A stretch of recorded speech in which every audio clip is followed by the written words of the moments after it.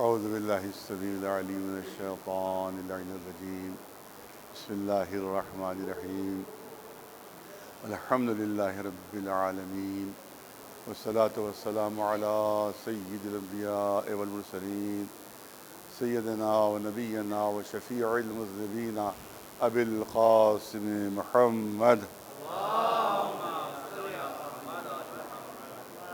اہل بیتہ الطیبین الطاہرین المعصومین اما بعد فقد قال اللہ سبحانہ تبارک و تعالی فی کتابہ المبین وہو اصدق القائلین بسم اللہ الرحمن الرحیم وجعلناہم ائمۃ یہدون بامرنا واوحینا الیہم فعل الخیرات واقام الصلاۃ وایتاء الزکوٰۃ وکانوا لنا عابدین۔ صلوات بھیجیں محمد۔ ظاہر آپ حضرات جو اس مجلس کے ناظرین ہیں اور سامعین ہیں ان کو معلوم ہے کہ ایک ہنگامی حالات میں یہ مجلس جو ہے منعقد ہو رہی ہے۔ تو پہلے تو حکومت کی طرف سے سختی سے پابندی ہو گئی تھی کسی امام باڑے میں مجلس منعقد نہیں ہوگی، گھروں میں ہوں گی، لیکن بہرحال جب ہم نے اس پر احتجاج کیا تو ہمارے احتجاج کو مانا گیا اور تسلیم کیا گیا، اور ہمارا تو مطالبہ یہ تھا کہ کم از کم 25-30 افراد تو ہوں کہ جو اس مجلسوں میں شرکت کریں تاکہ اس کی ایک مجلس کی شکل ہو اس کی۔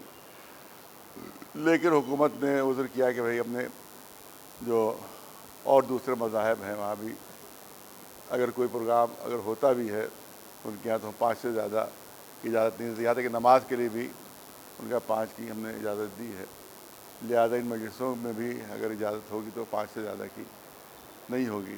بہرحال ہماری شرط یہ تھی کہ جو مجلسیں آن لائن جائیں، مین جو مجلسیں ہوتی ہیں جیسے لکھنؤ کی جو خاص بڑی مجلسیں ہوتی ہیں جس کو بڑی مجلسیں کہا جاتا ہے، یہ تو ہر مجلس ہی بڑی ہے لیکن ان کو عرف عام میں بڑی مجلس کہا جاتا ہے، وہ اب گھروں سے اگر ہوئی تو پھر وہ امام باڑے کی مجلس تو نہیں کہلائے گی۔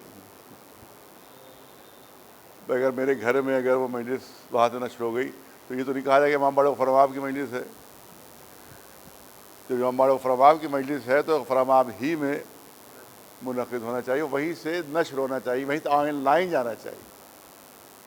چاہے آپ اکیلے کیوں نہ اجازت دیں مجھے کہ میں اکیلے وہاں پڑھوں، لیکن ہو امام باڑے سے ہی۔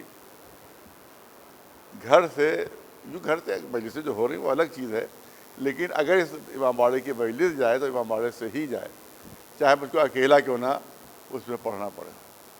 تو لہذا بہرحال اتنی اجازت ہمیں ملی ہے، لہذا اس کی ہم کو پابندی کرنا ہے، جو ہم نے وعدہ کر لیا ہے اس کی پابندی ہمیں کرنا ہے۔ لہذا عوام سے ہماری گزارش یہی ہے، پبلک سے گزارش یہی، مومنین سے گزارش یہی ہے کہ وہ آن لائن اس مجلس کو سنیں اور امام باڑے میں آنے کی زحمت نہ کریں، کیونکہ اگر امام باڑے میں آئے یہاں مجمع ہوا تو جو اجازت ملی ہمیں وہ ہو سکتا ہے اس کو خطرے میں آ جائے گی کہ صاحب آپ نے اپنا وعدہ پورا نہیں کیا، 5 کی ہم نے اجازت دی تھی اور آپ کے فرض کیجیے 500 جمع ہو گئے، 1000 جمع ہو گئے، تو ہو سکتا ہے کہ جو ہماری محنت ہے اسی کے اوپر بھی پانی پھر جائے، اور جو ہماری مصلحت ہے کہ امام باڑے ہی سے آن لائن مجلسیں جائیں وہ بات جو ہے وہ بعد میں ختم ہو گئی، اور اس کا بعد پھر ہم گھروں کے اندر سے۔ تو لہذا گزارش ہے عوام سے، ہماری پبلک سے، مومنین سے کہ وہ گھروں آن لائن جا رہی ہے مجلس، لائیو جا رہی ہے مجلس، اس کو گھروں ہی میں سنیں، انشاءاللہ ثواب ان کو پورا ملے گا انشاءاللہ۔ شہزادی فاطمہ زہرا سلام اللہ علیہا پورا ان کا ثواب عطا کریں گی، کیونکہ ایک آنسو کا قطرہ بھی چاہے تنہائی میں کیوں نہ بہہ جائے، ایک آنسو ضروری نہیں ہے کہ مجمع ہو تو مجلس ہو، بلکہ مجلس کا مطلب یہ کہ ایک آنسو کا قطرہ بھی غم حسین، امام حسین میں اگر بہہ جائے تو وہی ہماری جنت کا ضامن بن جاتا ہے۔ ضروری نہیں کہ ہم وہاں بڑے مجمع کے ساتھ شریک ہوں تبھی ہمیں جنت ملے گی، نہیں، خلوص ہونا چاہیے اور جو ہے وہ لگاؤ ہونا چاہیے، دلی تعلق ہونا چاہیے، ثواب اس کا ہوتا ہے۔ کیونکہ پہلی مجلس میں عموماً تاریخ عزاداری بیان کی جاتی ہے، تو میں چاہتا ہوں کہ چند جملے، یہ روایت رہی ہے اس امام باڑے کی کے تاریخ ازا کو ہم بیان کرتے ہیں، اور جو عزاداری کی اہمیت ہے اور جو ائمہ معصومین نے جو گریے کی اہمیت بیان کی ہے اور جو غم امام حسین کی عظمت و شرف بیان کیا گیا ہے، وہ عموماً پہلی دوسری مجلس میں بیان ہوتا ہے۔ تو پہلی بات تو یہ ہے کہ یہ عزاداری جو موجودہ عزاداری کی شکل ہے یہ لکھنؤ ہی سے شروع ہوئی۔ لکھنؤ ہمیشہ مرکز عزا رہا اور یہاں کے مراسم جو ہیں وہ دوسرے شہروں تک پہنچے، بلکہ دوسرے ملکوں تک بھی یہاں کے مراسم پہنچے ہیں۔ پہلے لکھنؤ میں جب تک جناب غفرمآب رحمۃ اللہ، دلدار علی کا نام تھا، جناب غفرمآب بعد میں ان کو دیا گیا لقب، وہ جو ہے وہ نصیر آباد کے رہنے والے رائے بریلی، وہ یہاں پر تشریف لائے۔ وہاں پر ان کو غیبی آواز تک پہنچی کہ دلدار علی جاؤ اور علم حاصل کرو۔ ایک غیبی آواز بچپنے میں ان کو ملی کہ جاؤ اور علم حاصل کرو، جاؤ اور علم حاصل کرو۔ تو انہی نے پہلے تو وہیں نصیر آباد ہی میں جو وہاں کے مولوی حضرات تھے وہاں سے علم حاصل کیا، اور غربت کا عالم یہ تھا، جسے آپ توجہ فرمائے کہ یہاں آج تو ماشاءاللہ جب لڑکے جاتے ہیں ایران تو بہترین ہاسٹلوں میں رہتے ہیں، عراق جاتے ہیں تو ماشاءاللہ ان کو تمام سہولتیں فراہم ہوتی ہیں، لیکن جناب دلدار علی غفرمآب کا عالم یہ تھا کہ چراغ میں تیل ڈالنے کے پیسے نہیں تھے ان کے پاس۔ دیکھیے اس سے ہم ایک طلاب کے لیے بھی ایک بہت بڑا درس اس میں ہے، اور طالب علم جو ہے ان کے لیے بہت بڑا درس، اس لیے میں یہ واقعہ پیش کر رہا ہوں کہ ان کے پاس اتنا رقم نہیں ہوتی تھی، اتنا کہ چراغ کے اندر تیل ڈلوا سکیں اور پڑھ سکیں۔ تو وہ جاتے تھے کہیں دکان پر بیٹھ گئے جہاں چراغ جل رہا ہوتا تھا، وہاں بیٹھ کر انہوں نے اپنی کتاب کھولی اور پڑھنا شروع کر دیا۔ جب دکان بند ہونے لگی، اب رات میں وہی ظاہر ہے کہ پوری رات تو دکان کھولی نہیں رہے گی، وہ 9-10 بجے جب بھی وہ بند کرتا تھا، وہ بند ہونے لگی تو انہوں نے اپنی کتابوں کو سمیٹا۔ کبھی کبھی ایسا ہوتا تھا کہ کوئی بارات جا رہی ہے تو بارات کے ساتھ روشنی کا انتظام ہوتا ہے، تو اس سے آپ ان کی کنسنٹریشن بھی دیکھیے ان کا۔ ذرا سا ہلدر ہنگامہ ہو تو ہم ہلدر مچا دیتے، ارے صاحب ڈسٹرب کر رہے ہو، آپ پڑھ رہے ہیں، نہیں دیکھتے پڑھ رہے ہیں، ارے ہلدر بند کرو، ہنگامہ بند کرو، ہمیں سمجھ میں نہیں آ رہا ہے کتاب میں لکھا کیا ہے تمہاری ہلدر کی وجہ سے۔ اور ظاہر ہے جب بارات جا رہی ہے تو شور بھی ہے، ہنگامہ بھی ہے، اس روشنی کے ساتھ ساتھ چلتے ہوئے میلوں چلے جاتے تھے۔ مثلا ایک گاؤں سے دوسرے گاؤں میں بارات جا رہی، 10 کلومیٹر 10 میل کا فاصلہ، وہاں پر معلومات 10 میل تک پیدل کتاب پڑھتے ہوئے ساتھ ساتھ یوں علم حاصل کیا، یوں علم حاصل کیا۔ اس کے بعد یہاں لکھنؤ تشریف لائے، اس کے بعد پھر پہلے طالب علم تھے دنیا کے کہ جنہیں عراق اور ایران میں جا کر تعلیم حاصل کی۔ اس سے پہلے ہندوستان کے کوئی بھی طالب علم کبھی ایران عراق تعلیم کے لیے نہیں گیا۔ تو کس طرح سے؟ پانی کے جہاز سے نہیں، ٹرین سے نہیں، ہوائی جہاز سے نہیں، پیدل۔ سنیں آج کے طلاب، آج کے طالب علم سنیں آج کہ پیدل عراق گئے، پیدل سفر، جنگلوں میں سفر، صحراؤں میں سفر، جہاں جہاں دریا تھے وہاں پر دریا میں وہ چھوٹی چھوٹی کشتیوں سے وہ دریا انہوں نے پار کیا۔ بڑے بڑے جہاز بھی اس زمانے میں نہیں تھے ایسے۔ اس کے بعد عراق میں انہوں نے تعلیم حاصل کی، بھی ایران تشریف لے گئے اسی طرح سے پیدل، ایران کے علماء سے قصب فیض کیا انہوں نے، اور اس کے بعد واپس یہاں آئے۔ یہاں کے جہالت کے گھٹا ٹوپ اندھیروں میں واپس آئے، وہاں کا نورانی ماحول چھوڑ کر، وہاں کا علمی ماحول چھوڑ کر یہاں کے جہالت کے اندھیروں میں آئے تاکہ وہاں سے علم کا نور لے اور یہاں اندھیرے میں روشنی پھیلائے۔ صلوات بھیجے بر محمد۔ میں تو سمجھتا ہوں کہ بالکل وہی انداز تھا جو اللہ کے رسول نے اختیار فرمایا تھا، تو ان کے ایک ماننے والے غلام نے بھی وہی انداز اختیار فرمایا کہ قاب قوسین ادنیٰ کی منزلوں پر گئے تھے۔ اس سے بہتر جگہ اور کہاں ہو سکتی تھی کہ جہاں رسول رک جاتے، لیکن وہاں پر رکے نہیں، واپس پھر زمین کے اوپر آ گئے تاکہ اپنے رسالت کی ذمہ داریاں نبھائیں۔ صلوات بھیجے بر محمد۔ اسی طرح سے جناب غفرمآب معراج کی منزلوں پر گئے، عراق و ایران کی جو علمی معراج تھی وہاں کے اوپر تشریف لے گئے لیکن پھر یہاں جہالت کے اندھیروں واپس آئے تاکہ یہاں کی جہالت کے اندھیرے دور ہوں. اور آج کوئی علمی خانوادہ کے چیلنج کے ساتھ یہ ہے، چاہے ہو سکتا ہے کہ کچھ لوگ ناشکری میں انکار کر دیں، لیکن یہ کہ کوئی علمی خاندان پورے ہندوستان میں ایسا نہیں ہے کہ جو جناب فرماب یا ان کی اولادوں میں سے کسی کا شاگرد نہ ہو. ایک صلوات بھیجے پر محمد. پورے ہندوستان کا کوئی شیعہ علمی خانوادہ ایسا نہیں ہے. جو مشہور اور عظیم خانوادے ہیں، ان کی جو نئے نئے خانوادے ہیں ان کی بات نہیں ہو رہی ہے، لیکن جو پرانے خانوادے ہیں ایک صلوات بھیجے پر محمد.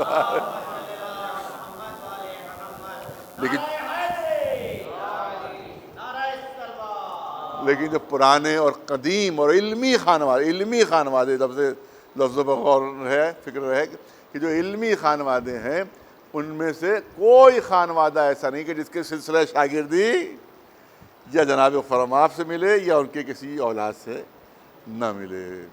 یہ ایک بہت بڑی خصوصیت ہے جو حاصل ہوئی. اور ہندوستان اور پاکستان کے پہلے مجتہد، اس زمانے میں تو پاکستان تھا ہی نہیں، وہ تو اب بنا.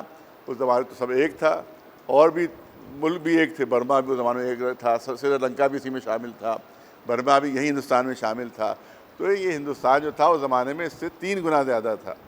تو پورے اتنے عظیم ہندوستان میں پہلا جو مجتہد جو عراق و ایران سے تعلیم حاصل جس نے کی اور یہاں کا علم کا نور پھیلایا اور یہاں کے اوپر جو ہے انہوں نے مدرسے قائم کیے، اس کا نام ہے سید دلدار علی فرماب رحمۃ اللہ علیہ. صلوات بھیجیں بر محمد.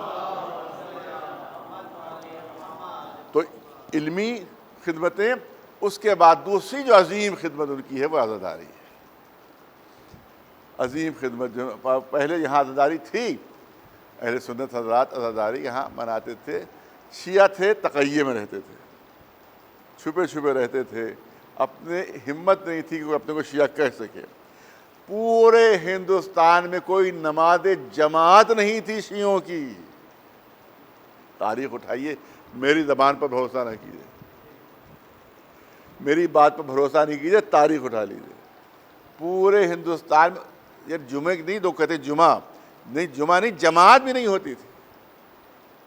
کیونکہ شیعہ اپنے کو شیعہ کہتے ہی نہیں تھا، ہمت ہی نہیں تھی کہ شیعہ اپنے کو شیعہ کہہ سکے. تو لہذا کوئی جماعت بھی نہیں ہوتی تھی. لوگ کہتے ہیں وہاں حیدرآباد سائڈ میں ہوتی تھی، نہیں، وہاں بھی نہیں ہوتی تھی شیعہ جماعت، وہاں بھی شیعہ جماعت نہیں ہوتی تھی. تاریخ دیکھ لیجیے آپ.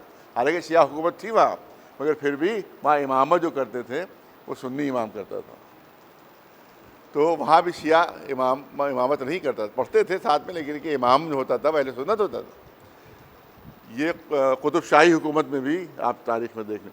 پہلی مرتبہ جو شیعوں کی امام جماعت قائم ہوئی، وہ نماز جماعت قائم ہوئی، وہ جناب دلدار علی وہ فرماب نے قائم کی. پہلا کتب خانہ، شیعہ کتب خانہ ہندوستان میں انہی نے ہی قائم فرمایا، اور پہلا جو مدرسہ تھا وہ بھی انہی نے قائم فرمایا. اور پہلے عزاداری جتنی بھی ہوتی تھی وہ اہل سنت حضرات کی طرح سے ہوتی تھی، جیسے ڈھول تاشے واشے سب اسی میں شیعہ بھی شریک ہو جاتے تھے. یہ جتنے رسوم اعضاء ہیں، یہ تابوت ہے، یہ ذوالجناح ہے، یہ علم ہے، یہ تمام چیزیں انٹروڈیوس کی جناب دلدار علی فرماب علیہ الرحمٰن ہے. صلوات بھیجے بر محمد والا. اور بس یہاں پر ایک 2-3 شعر ہے جو ہماری خاندان کی بہت مشہور شاعر، ان کا تخلص بھی شاعر تھا، شاعر لکھنوی فضل صاحب جو دوہا بہت ان کے نوحے مشہور ہے، اور ذاخر صاحب جو ان کے نوحے مشہور ہے. تو یہ ذاخر صاحب کے فرزند تھے اور فضل صاحب کے بڑے بھائی تھے. تو انہی نے تاریخ عزاداری لکھی ہے، اس میں انہی نے اور منظوم تاریخ لکھی ہے. اس میں یہاں خاندان فرماب کے سلسلے میں انہی نے کچھ شعر لکھی. یہ 70-80 سال پہلے کی یہ ہے اشعار، اسی لحاظ سے آپ دیکھ لیں کہ اس میں وہ تحریف وہ لکھتے ہیں کہ 150 سال سے یکساں ثمر افشاں ہے یہ باغ. یہ 70 سال پہلے کی بات ہے. 150 سال سے یکساں ثمر افشاں ہے یہ باغ، بزم و ساقی تو بدلتے رہے بدلہ نہ ایاغ. توجہ ہے، بزم و ساقی تو بدلتے رہے بدلہ نہ ایاغ، اور نہ کبھی اپنے پرایوں سے دبے اپنے دماغ، روشنی لیتے رہے میرے چراغوں سے چراغ. روشنی خاندانی چاہت ان کا تعلق تھا، لہذا وہ کہہ رہے ہیں کہ روشنی لیتے رہے میرے چراغوں سے چراغ، یعنی جتنے چراغ علم کے جلے ہیں وہ اسی ایک چراغ ہی سے روشن ہوئے ہیں، اس چراغ کا نام ہے دلدار فرام آپ۔ روشنی لیتے رہے میرے چراغوں سے چراغ۔ اور اس کے بعد جب یہاں پر مقدمہ ہوا تھا اور بعض وہابی لوگوں نے کہا تھا کہ یہ بلا فصل جو خلیفہ بلا فصل جو اذان میں کہا جاتا ہے وہ نہیں کہا جائے، اس سے ہماری دل آزاری ہوتی ہے۔ تو جناب ابراہیم جو پوتے تھے، علامہ آیت اللہ ابراہیم جو جناب فرماپ کے پوتے تھے، یہ پوتے تھے، تو انہی نے مقدمہ ذرا سلسلے میں اور مقدمہ جیتے، اور آج جو آواز بلا فصل آ رہی ہے اذانوں میں، اسی مقدمے کے جیتنے کے بعد سے کھلے عام یہ خلیفہ بلا فصل کی آواز جو ہے اذانوں میں آج آ رہی ہے، ورنہ اگر یہ مقدمہ ہار گئے ہوتے تو آج اذانوں میں خلیفہ بلا فصل ہم لوگ نہ کہہ رہے ہوتے۔ تو اس کو وہ کہتے یہ ہے کہ یہ بھی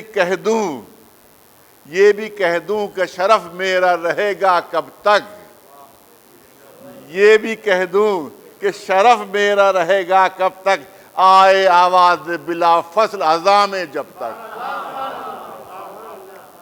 ایک صلوات بھیجے مولانا۔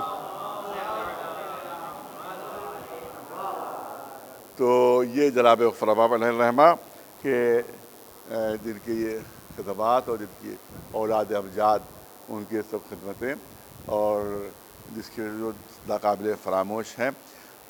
اب میں چاہتا ہوں کہ عزاداری کے سلسلے میں چند جملے کی، کیونکہ آج تمہیدی مجلس ہے، انشاءاللہ میں افضلیت اہل بیت علیہ السلام کے عنوان کے اوپر یہ مجلس انشاءاللہ ہوں گی کہ اہل بیت رسول اللہ کے بعد کائنات میں سب سے افضل ہے، کیونکہ یہ بات ہم پر اعتراض کیا جاتا ہے اور ہم پر یہ بات تانا کسا جاتا ہے، اور اسی بنیاد پر ہمیں کافر کہا جاتا ہے کہ صاحب یہ اہل بیت کو انبیاء سے بڑھا دیتے ہیں،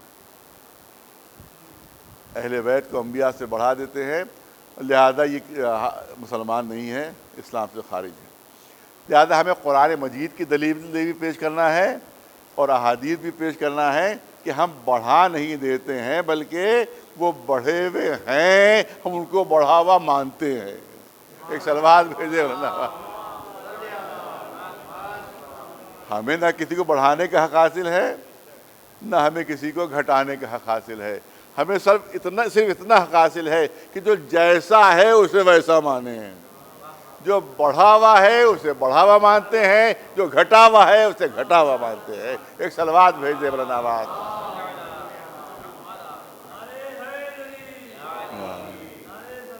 تو یہ انشاءاللہ موضوع رہے گا، اور اللہ نے چاہا اور اللہ کے حبیب نے، حالانکہ حال آپ کے سامنے ہے کہ بس مشکلیں ہیں، خود ہمارے مومنین میں بہت سے لوگ اس وبا کا شکار ہو چکے ہیں، اور بہرحال دعا ہماری ہے کہ پالنے والی جلد سے جلد اس وبا کو ختم کرے، اور جو امتحانات ہو رہے ہیں، پوری دنیا کا امتحان اس وقت ہو رہا ہے۔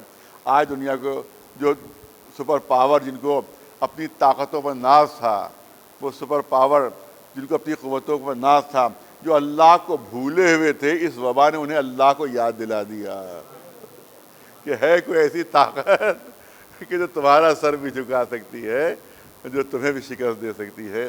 یہ کبھی کبھی افراد کا امتحان ہوتا ہے، کبھی کبھی پوری قوموں کا امتحان ہوتا ہے۔ اس وقت پوری قوموں کا امتحان ہو رہا ہے، اور اس پہ ہمیں ثبات قدم کو ثبوت دینا ہے اور اپنی عزاداری کو بھی باقی اور قائم رکھنا ہے۔ ایک صلوات بھیجے بر محمد وآلہ۔ نہیں میں معذرت چاہتا ہوں، میں نے جملہ غلط استعمال کر دیا، بے خیالی میں جملہ غلط استعمال کیا کہ ہمیں عزاداری کو باقی رکھنا ہے، ہمیں عزاداری کو قائم کرنا ہے۔ یہ میں نے جملہ غلط استعمال، معذرت چاہتا ہوں، میں معافی چاہتا ہوں کہ میں نے جملہ غلط استعمال کر دیا کہ ہمیں عزاداری کو باقی رکھنا ہے، عزاداری کو ہمیں زندہ رکھنا نہیں۔ معاملہ برعکس ہے، ہم نے عزاداری کو زندہ نہیں رکھا ہے، عزاداری نے ہمیں زندہ رکھا ہے۔ ایک صلوات بھیج دیں۔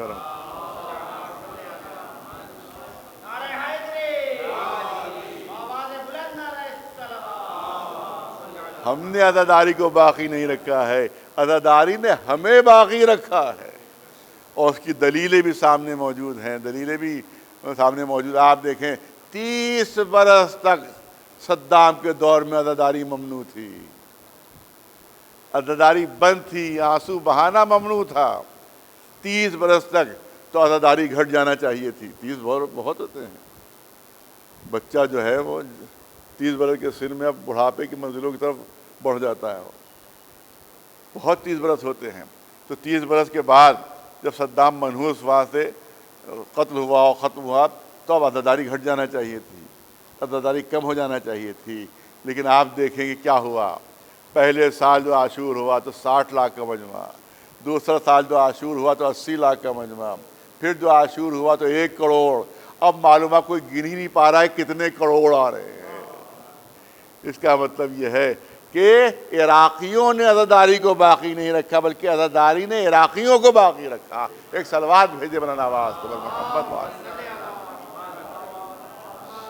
اور جو لوگ عزاداری کے مخالف ہیں اس کے چراغ، بس ایک جملہ کرنا چاہتا ہوں، زیادہ وقت نہیں لینا ہے، یوں بھی 1 گھنٹے کی پابندی ہے، اس میں وہ سارے کے شعراء بھی اس میں شامل ہیں اور یہ خطابت بھی شامل ہے۔ 1 گھنٹے میں پورا سب مکمل کرنا ہے دونوں چیزوں کو، لہذا پورے 1 گھنٹے کی مجلس نہیں ہو پائے گی، لیکن میں چاہتا ہوں کہ بات مکمل ہو جائے۔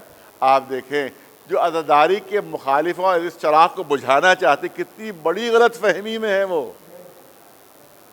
میں بھرپور توجہ چاہوں گا جہاں جہاں میری آواز جا رہی ہے، اور جو مخالفین عزا ہیں وہ بھی سن لیں میرے جملوں کو، جو عزا کے چراغ کو بجھانا چاہتے ہیں، جو عزاداری کے چراغ کو بجھانا چاہتے ہیں، وہ میرے جملے سن لیں کہ یہ تو دیکھیں کہ یہ چراغ جلایا کس نے ہے،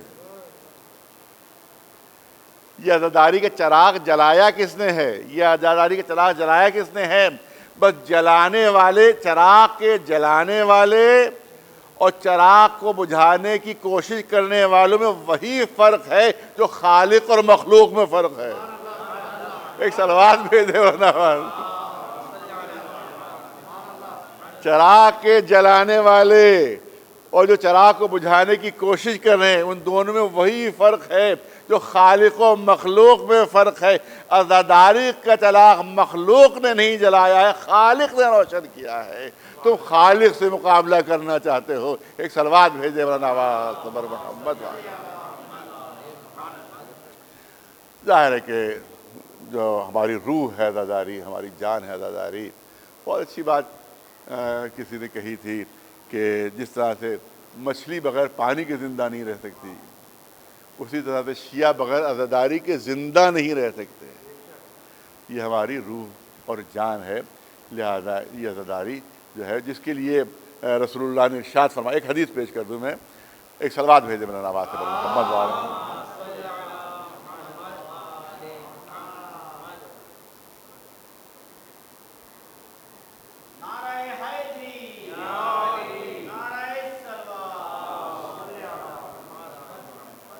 اِنَّا لِقَتْلِ الْحُسَيْنِ حَرَارَةً فِي قُلُوبِ الْمُؤْمِنِينَ لَن تَبْرُدُ أَبَدًا۔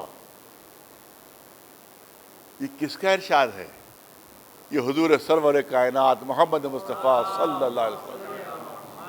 آج تبھیدی مجلس ہے، لہذا آج اسی سلسلے کی گفتگو ہوگی کہ یہ رسول اللہ کا ارشاد ہے کہ اِنَّا لِقَتْلِ الْحُسَيْنِ حَرَارَةً فِي قُلُوبِ الْمُؤْمِنِينَ، میرے بچے حسین کی شہادت سے وہ حرارت پیدا ہوگی، وہ گرمی پیدا ہوگی جو قیامت تک ٹھنڈی نہیں ہو سکتی، جو قیامت تک ٹھنڈی نہیں ہو سکتی۔ اس کا مطلب یہ مجلسیں نہیں، ارے بہت توجہ رہے، یہ صفحے اعضا نہیں ہے۔ رسول نے کیا ارشاد فرمایا؟ قیامت تک یہ گرمی، یہ حرارت ٹھنڈی نہیں ہو سکتی۔ تو یہ مجلسیں نہیں ہیں، یہ فرش اعضا نہیں ہے، یہ عزاداری نہیں ہے، بلکہ ایک سچے رسول کی صداقت کا ثبوت ہے۔ ایک صلوات بھیجے مولانا عباس پر محمد والے۔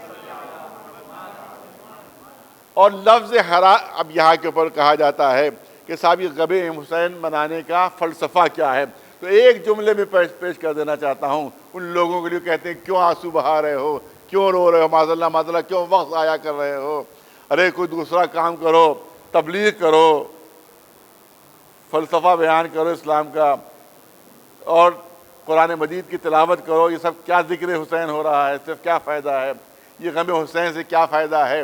یہ آنسو بہانے سے کیا فائدہ ہے؟ اور توجہ رجوع کرنا چاہتا ہوں، رسول اللہ کے اس ارشاد سے ہمیں مدد مل گئی، رسول اللہ کے ارشاد سے ہمیں مدد مل گئی. رسول نے فرمایا کہ قتل حسین سے حرارت، گرمی پیدا ہوتی ہے دلوں میں حرارت پیدا ہوتی ہے، دلوں میں تپش پیدا ہوتی ہے.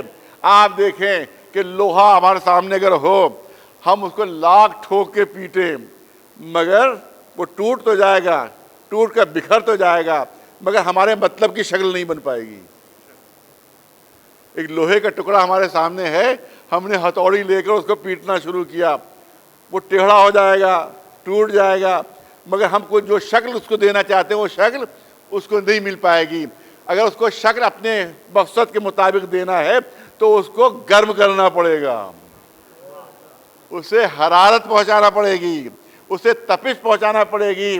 جب وہ گرمی سے نرم ہو جائے گا تب ہم جو شکل دینا چاہے اس کو شکل دے سکتے ہیں. لہذا جو دل پتھر ہیں، جو سخت ہیں، پہلے غم حسین کی حرارت سے ان دلوں کو ہم نرم کرتے ہیں، پھر اصلاح کرتے ہیں ان کی. ایک صلوات بھیجے بلند آواز صبر محمد، ایک صلوات بلند آواز صبر محمد وآل محمد.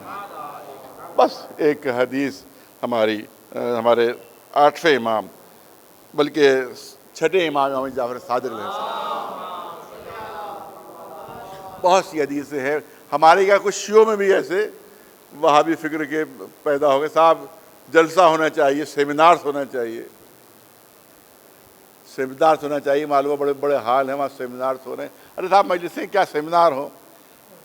ایک ہمارے پڑوسی ملک میں بھی ایک مولانا ہے، وہ بھی اسی بات کے قائل ہیں کہ صاحب سیمینارز ہونا چاہیے، سب ہونا چاہیے، سب مجلسیں اور ماتم اور یہ رونا اور یہ تمام تبرکات، یہ سب چیزیں یہ معذلہ سب بیکار کی چیزیں ہیں. یہ وہاں ان کا اپنا نظریہ ہے، ان کا یہ ہے. تو اب سنیے امام کا قول.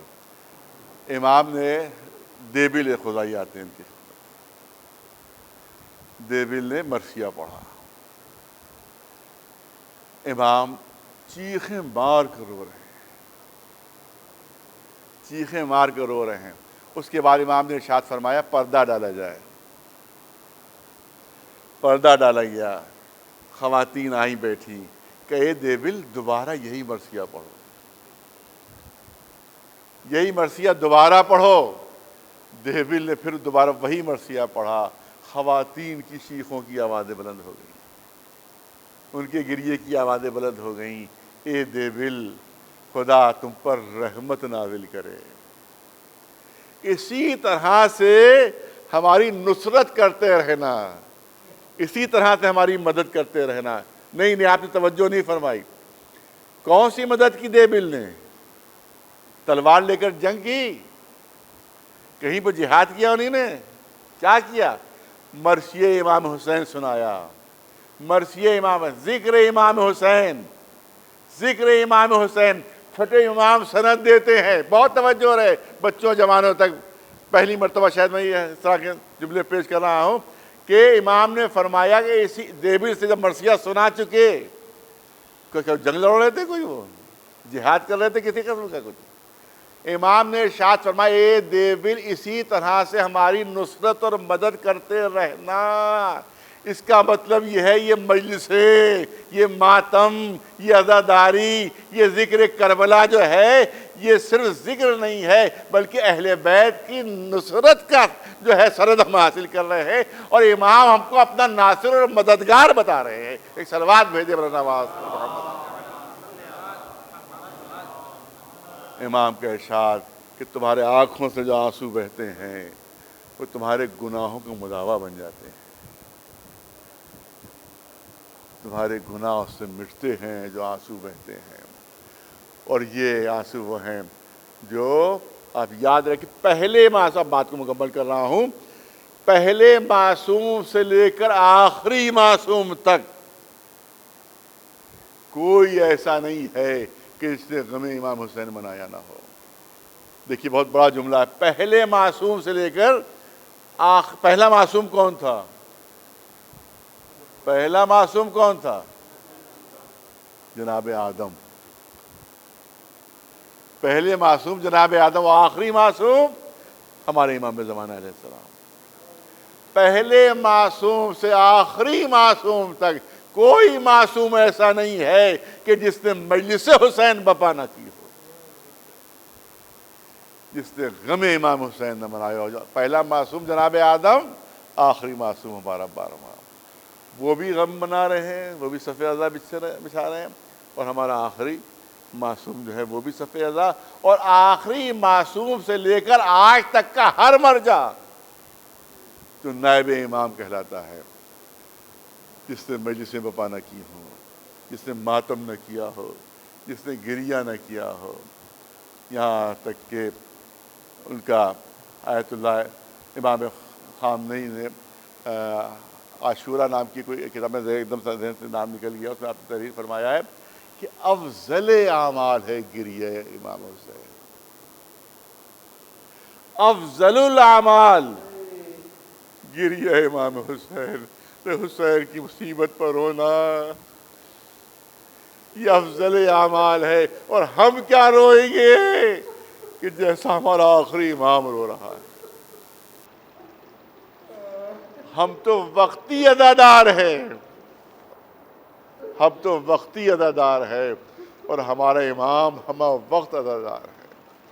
ہم تو محرم آتا ہے صف عزا بچھا لیتے ہیں، کسی امام کی شہادت ہوتی ہے صف عزا بچھ جاتی ہے، ہمارے یہاں کوئی موت ہو جاتی ہے، ہم اس کا ماتم نہیں کرتے، ہم کربلا والوں کا ماتم کرتے۔ کوئی جوان مر جائے، اس جوان کا ماتم نہیں ہوتا، علی اکبر کا ماتم ہوتا ہے۔ کوئی 12-13 برس کا بچہ مر جائے تو اس بچے کا ماتم نہیں ہوتا ہے، قاسم کا ماتم ہوتا ہے۔ کوئی بزرگ مرے تو اس کا ماتم نہیں، حسین کا غم ہوتا ہے۔ تو یہ ہماری اکیلی قوم ہے جو اپنا غم کبھی مناتی ہی نہیں ہے، بلکہ اپنے غم میں بھی غم حسین مناتی ہے، وہ غم حسین مناتی ہے۔ لہذا ہم کیسے عزاداری کو چھوڑ سکتے ہیں؟ ہاں عزاداروں، یہ آنسو جو بہہ رہے ہیں یہ قیامت تک بہتے رہیں گے۔ عزاداری کو کبھی کوئی روک سکتا ہے؟ نہ کبھی یہ روک سکے گا اس کو۔ یہ عزاداری ہمیشہ ہے۔ امام زمانہ علیہ السلام اس کے ضامن ہیں۔ امام فرماتے ہیں کہ تم میرے ظہور کی کیا دعا مانگو گے، جتنا میں خود دعا مانگا کرتا ہوں کہ پالنے والے مجھے اجازت دے کہ میں نکلوں اور ان دشمنان اہل بیت کو سزا دوں کہ جنہوں نے کربلا کے میدان میں ظلم کے پہاڑ۔ میں نے کہا کہ ہم کیا روئیں گے کہ جو ہمارا امام روتا ہے؟ ارے ہم آنسو بہاتے ہیں اور ہمارے امام خون کے آنسو روتا ہے۔ ہمیشہ آقا کے سامنے، ہمیشہ آقا کے سامنے وہ کرتا آویزہ رہتا ہے جو جس میں امام حسین پہ آخری وقت تھا، وہ خون آلود کرتا جس میں ہزاروں تیروں کے نشانات، جس میں ہزاروں زخموں کے نشانات، وہ امام کے سامنے ہمیشہ رہتا ہے، اور آقا خون کے آنسو بہاتے ہیں۔ ہاں عزاداروں، اس امام باڑے کی روایت یہ رہی ہے کہ آج کے دن ایک ایسے شہید کا تذکرہ ہوتا ہے کہ جس کی مظلومی کچھ کربلا والوں سے بڑھی ہوئی تھی۔ عجیب جملے میں نے کہہ دیے کہ مظلومی کچھ کربلا والوں سے بڑھی ہوئی تھی۔ کیوں؟ کیونکہ کربلا میں جو بھی شہید ہوا وہ حسین کے سامنے، جس نے بھی جنگ کی وہ حسین کے سامنے، حسین دل بڑھانے کے لیے موجود۔ ہاں ایسے ہی حملہ ہوتا ہے، ہاں ایسے ہی جنگ لڑی جاتی ہے، لیکن ایک بہادر ایسا ہے جو ہزاروں میں اکیلا گھرا ہوا ہے، جس میں سب دشمن ہے کوئی دوست نہیں، اس کا نام ہے مسلم۔ ہمارا وہ آقا جو کوفے میں ہمارے امام کا نائب بن کر پہنچ رہا ہے، لیکن کوفے والوں کی غداری آج بھی ضرب المثل ہے کہ 18,000 کوفیوں نے امام کے جناب مسلم کے ہاتھ پر بیعت کر لی تھی، لیکن جب ابن زیاد آتا ہے اور آ کر وہ اعلان کرتا ہے کہ یزید کا لشکر 1,00,000 کا چل چکا ہے، لہذا اگر کسی نے بھی مسلم کا ساتھ دیا تو اس کے پورے خاندان کو تہہ کر دیا جائے گا، اس کے نام و نشان کو مٹا دیا جائے گا۔ کوفے والے خوفزدہ ہو گئے، کوفے والے ڈر گئے۔ ارے تاریخ میں جملے ہیں کہ جناب مسلم نے جب مغرب کی نماز شروع کی ہے تو مسجد بھری ہوئی تھی، لیکن جب عشاء کی نماز پڑھ کر مڑ کر دیکھا تو مسجد خالی تھی۔ کوئی موجود نہیں تھا۔ آقا مسجد سے باہر نکلے، دیکھا سارے دروازے بند ہیں، جس کا دروازہ کھٹکھٹاتے ہیں کوئی بھی دروازہ کھولنے کے لیے تیار نہیں ہے، راستوں سے واقف نہیں ہے، کوفے کی گلیوں میں بھٹک رہے ہیں۔ کافی رات گزر گئی، پیاس نے غلبہ کیا، پیاس کی شدت ہوئی، ایک دروازے کی چوکھٹ پر امام مولا بیٹھ گئے، جناب مسلم بیٹھ گئے۔ تاریخ میں منظر کشی اس طرح سے ہے کہ چوکھٹ پر اس طرح سے بیٹھے ہوئے تھے کہ دونوں کوہنیاں زانوں پر تھیں اور دونوں ہتھیلیوں میں چہرہ چھپا ہوا تھا۔ اس طرح سے چوکھٹ پر بیٹھے ہوئے تھے۔ اتفاق سے یہ گھر ایک مومنہ کا تھا کہ جس کا نام طوعا۔ جیسے ہی اس نے دروازے پر آہٹ سنی، وہ دروازے میں پہنچی، دروازہ کھولا تو دیکھا ایک شخص اس طرح سے بیٹھا ہوا ہے کہ اس کے ہتھیلیوں میں اس کا چہرہ ہے۔ کہا کون ہو؟ کہا مسافر ہوں۔ کیا بات ہے؟ کہا پیاسا ہوں، اگر آپ پانی پلا سکتی ہیں تو مجھے پانی پلا دیجئے۔ طوعا گھر کے اندر جاتی ہے، پانی لے کر آتی ہے۔ جناب مسلم نے پانی پیا، اس کے بعد اسی طرح سے بیٹھے ہوئے۔ اب طوعا کہتی ہے مسافر جلد سے جلد اپنے گھر چلا جا، کیونکہ ابن زیاد کا حکم ہے کہ کوئی گھر سے باہر نہ نکلے۔ اگر تمہیں فوجیوں نے دیکھ لیا، اگر سپاہیوں نے دیکھ لیا تو ہو سکتا ہے گرفتار ہو جاؤ، ہو سکتا ہے تمہیں اذیت پہنچے، لہذا جلدی سے اپنے گھر چلے جاؤ۔ لیکن جناب مسلم اسی طرح سے بیٹھے ہوئے۔ طوعا کہتی ہے میں تم سے کہہ رہی ہوں، تمہاری بھلائی کے لیے کہہ رہی ہوں، تمہاری اچھائی کے لیے کہہ رہی ہوں کہ اپنے گھر چلے جاؤ۔ اب جناب مسلم نے سر اٹھایا، اے مومنہ آپ کہہ رہی میں گھر چلا جاؤ، جس کا کوئی گھر نہ ہو وہ کہاں جائے؟ اب وہ مومنہ گھبرائی، ارے یہ تو بتاؤ کہ تم ہو کون؟ جناب مسلم فرماتے میں ہوں مسلم۔ یہ سننا تھا، مومنہ تڑپی، اے آقا پہلے کیوں نہیں بتایا؟ ارے اتنی دیر سے آپ چوکھٹ پر بیٹھے ہوئے ہیں، ارے اس کنیز کو معاف کر دیجئے، میں اہل بیت کی چاہنے والی ہوں، جلدی سے گھر کے اندر آ جائیے۔ جناب مسلم گھر کے اندر تشریف لاتے ہیں۔ اس کا شوہر وہ ابن زیاد کے دربار میں نوکر تھا، اس کو خبر لگ گئی کہ مسلم میرے گھر کے اندر موجود ہیں۔ جا کر ابن زیاد کو خبر کر دی کہ جن مسلم کو تم تلاش کر رہے ہو وہ میرے ہی گھر کے اندر ہے۔ 500 کا دستہ گرفتار کرنے کے لیے ابن زیاد نے بھیجا۔ جناب مسلم نے گھر کے اندر تشریف فرما تھے، گھوڑوں کی ٹاپوں کی آواز سنی۔ جیسے گھوڑوں کی ٹاپوں کی آواز سنی ویسے تلوار ٹیک کر اٹھے۔ طوعا نے دامن تھاما، اے آقا گھر کے اندر رہیے، اے آقا گھر کے اندر آپ زیادہ محفوظ ہیں۔ کہا نہیں نہیں اے مومنہ، میں گھر کے اندر نہیں رہ سکتا، کیونکہ اگر میری گرفتاری کے لیے کوئی سپاہی گھر کے اندر داخل ہو گیا تو تیری بے پردگی ہو جائے گی۔ مجھے گوارا نہیں کہ میری وجہ سے کسی مومنہ کی بے پردگی ہو۔ اے آقا ایک مومنہ کی بے پردگی گوارا نہیں۔ ارے آ کر منظر دیکھیے، یہی کوفہ ہے، زینب ام کلثوم، سروں پر چادر نہیں، بازوؤں میں رسیاں بندھی ہوئی اور درباروں بازاروں میں پھرائی جا رہی ہیں۔ باہر نکلتے ہیں اور نکل کر جنگ شروع ہوتی ہے۔ 500 کے لشکر کو شکست ہو گئی، گرفتار نہیں کر سکے۔ سردار لشکر نے پرچہ بھیجا ابن زیاد کو اور مدد بھیجی جائے۔ 500 کا دستہ پھر آتا ہے، اس کو بھی شکست ہوئی۔ اب پھر اس نے پرچہ بھیجا کہ اور مدد بھیجی جائے۔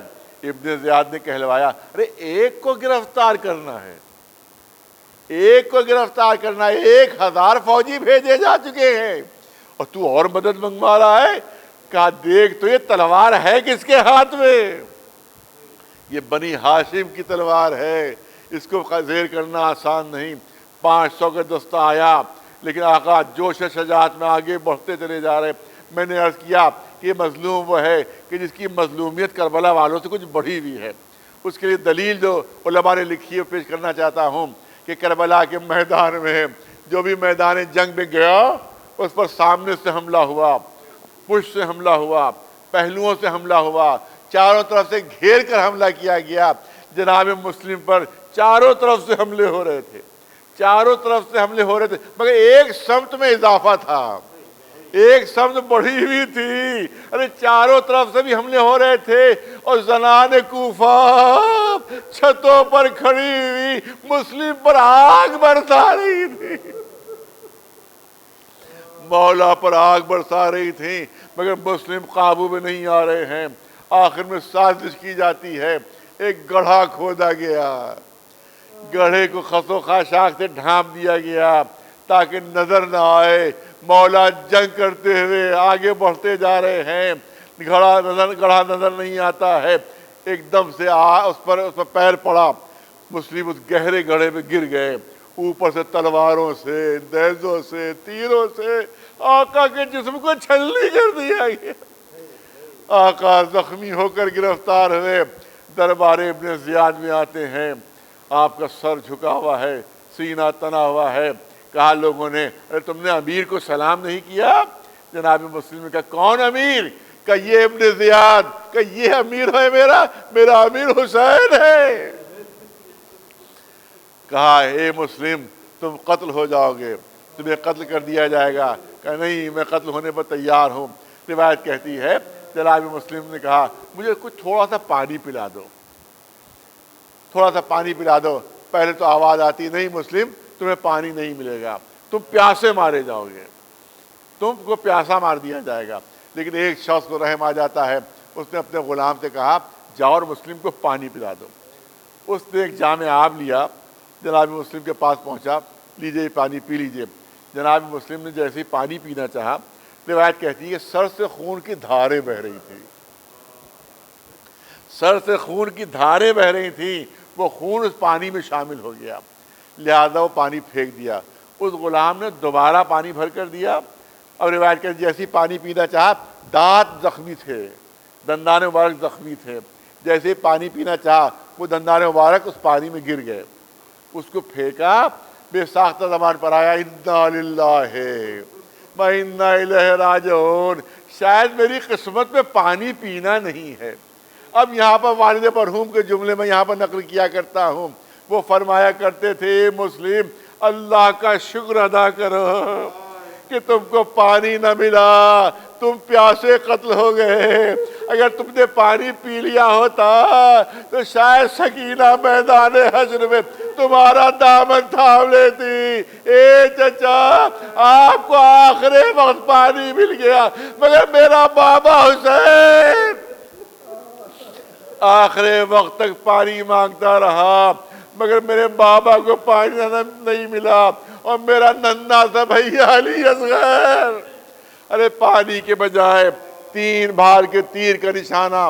بس آخری جملے عرض کرنا چاہتا ہوں یہاں کے اوپر، اس کے بعد لے جایا جاتا ہے وہاں کے اوپر کہ جو قصر کی چھت ہے شہید کرنے کے لیے، قتل کرنے کے لیے۔ بس آخری 2-3 جملے یہاں کے اوپر امام حسین تشریف فرما ہے، کہہ رہے کہ دیکھو کوئی اگر کوفے کی طرف سے آ رہا ہو تاکہ مجھے خبر ملے کہ میرا بھائی مسلم کس عالم میں ہے، میرا بھائی مسلم کس عالم میں ہے۔ دیکھا کوفے کی طرف گرد اڑی، جیسے ہی گرد اڑی امام نے فرمایا کہ لگتا ہے کہ کوئی کوفے سے سوار آ رہے ہیں۔